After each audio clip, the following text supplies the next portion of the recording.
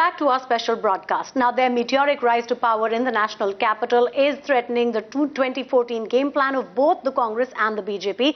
Times of India Ipsos polls shows that the Aam Aadmi Party will make a big splash in its national debut. So, will Narendra Modi and the BJP be able to duck this Arvind Kejriwal wave? प्रधानमंत्री जी ने कहा कि निराश होने की जरूरत नहीं है। बहुत ही जल्द अच्छे दिन आने वाले हैं।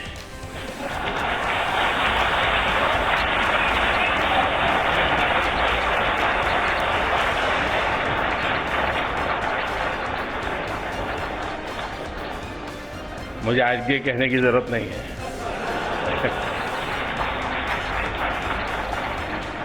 लेकिन हो सकता है 4-6 महीने इंतजार करना पड़े। All right, we are also joined in on the phone line by Meera Sanyal. Now, Ms. Sanyal, you joined the Aam Aadmi Party with a lot of expectations. Do you think that this survey has been able to assess the mood, especially in the metros, well? Well, I certainly think they have, because if what we saw in Delhi was any indication, then the urban voter is certainly fed up of the way politics is. But what I'd also like to say is that I have traveled quite extensively over the past 2 years through rural India. And what I have found is that this sense of, people just being fed up of the corruption, of the venality, of the, just lack of caring of the politicians and political establishment is actually spread across the country. And I would really like to see a survey which is a countrywide survey which shows what the mood of the people is. I believe you will find that this sense will be reflected across the nation. People are just tired of the existing major political parties.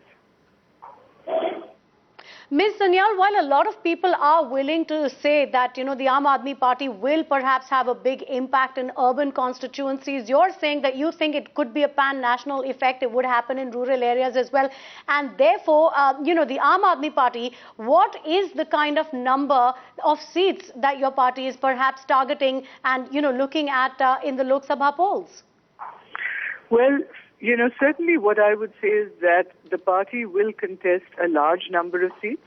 I think it's premature to say what number they will contest. What I do know is that the party will follow the candidate selection process in a very rigorous manner.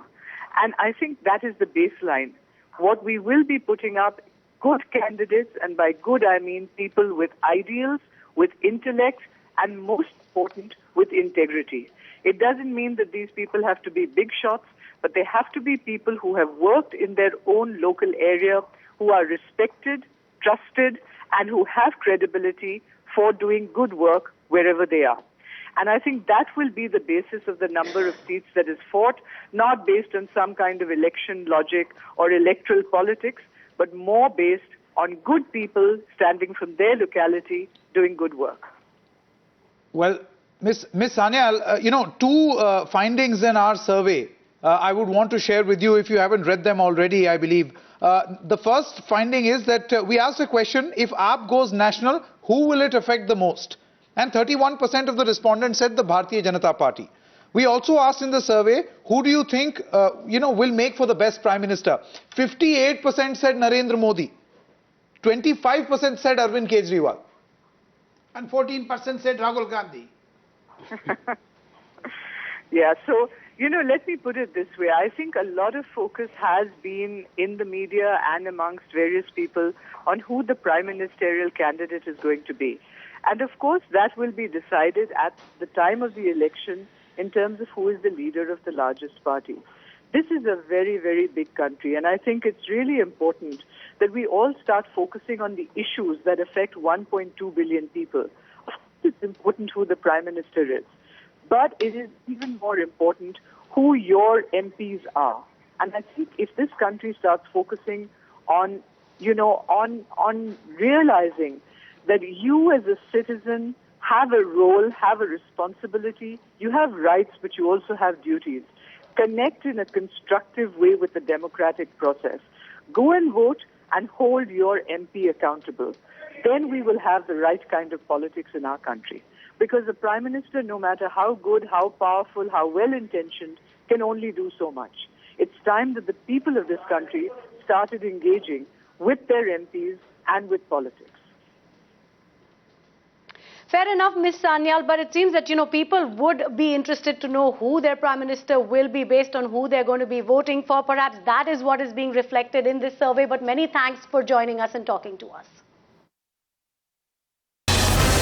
The Aam Aadmi Party is becoming very popular. 44% of Indians say they are going to be voting for the Aam Aadmi Party if there is an election. It's becoming very popular. I find it very difficult to believe that, but I'm glad that you believe it. All right, Manisha Priyam, you heard the response of the Congress party. The Minister of External Affairs, Salman Khurshid, saying that he finds it very hard to believe the findings of this particular survey. But do you think it's a wake-up call for both the national parties? Not just the Congress, but also for the BJP? It's an unequal type of wake-up call. It's a wake-up call largely for the Congress. I think that model of politics, it's quite clear that model of politics is gone. What you see, therefore, is that from the crumbs of when the Congress is gone, there are two types of models that are competing for the new India that will emerge following the 2014 elections. And let me be very honest in telling you that one is an established political party. The other is more a group of people who protested, and it's still the beginnings of what can be called a political party. We still don't know. We have in the past had something very similar called the Jan Morcha, which was really a monthly meeting of similar people, similarly minded people who felt that, we needed to get out of the Tina factor, we needed to form a third front. So similarly, they would meet in Delhi every month, and there would be the Vichar Manthan, etc. And a franchise model happened thereafter, and it took the country by storm. So the AAP, a very different type of political formation, a group of people coming up with ideals and certainly finding a lot of, resound resolution in the public opinion of the country, and the BJP an established political party. But let's not forget, both are pitching for the anti-Congress votes, somewhat in an equal battle. The real question for the BJP will it be able to get to some kind of a majority mark on its own in the Lok Sabha? I think that would be the big challenge before it. And the AAP as a party is just aiming to be a veto party, one amongst the many regional parties that we have.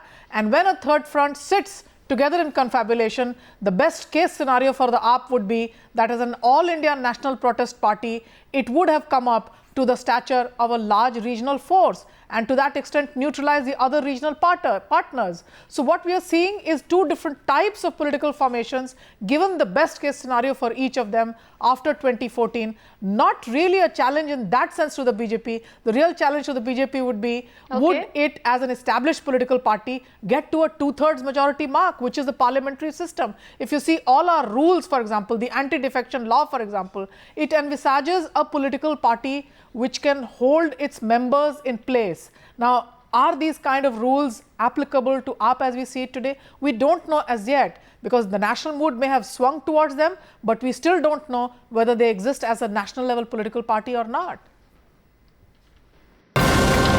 Tonight,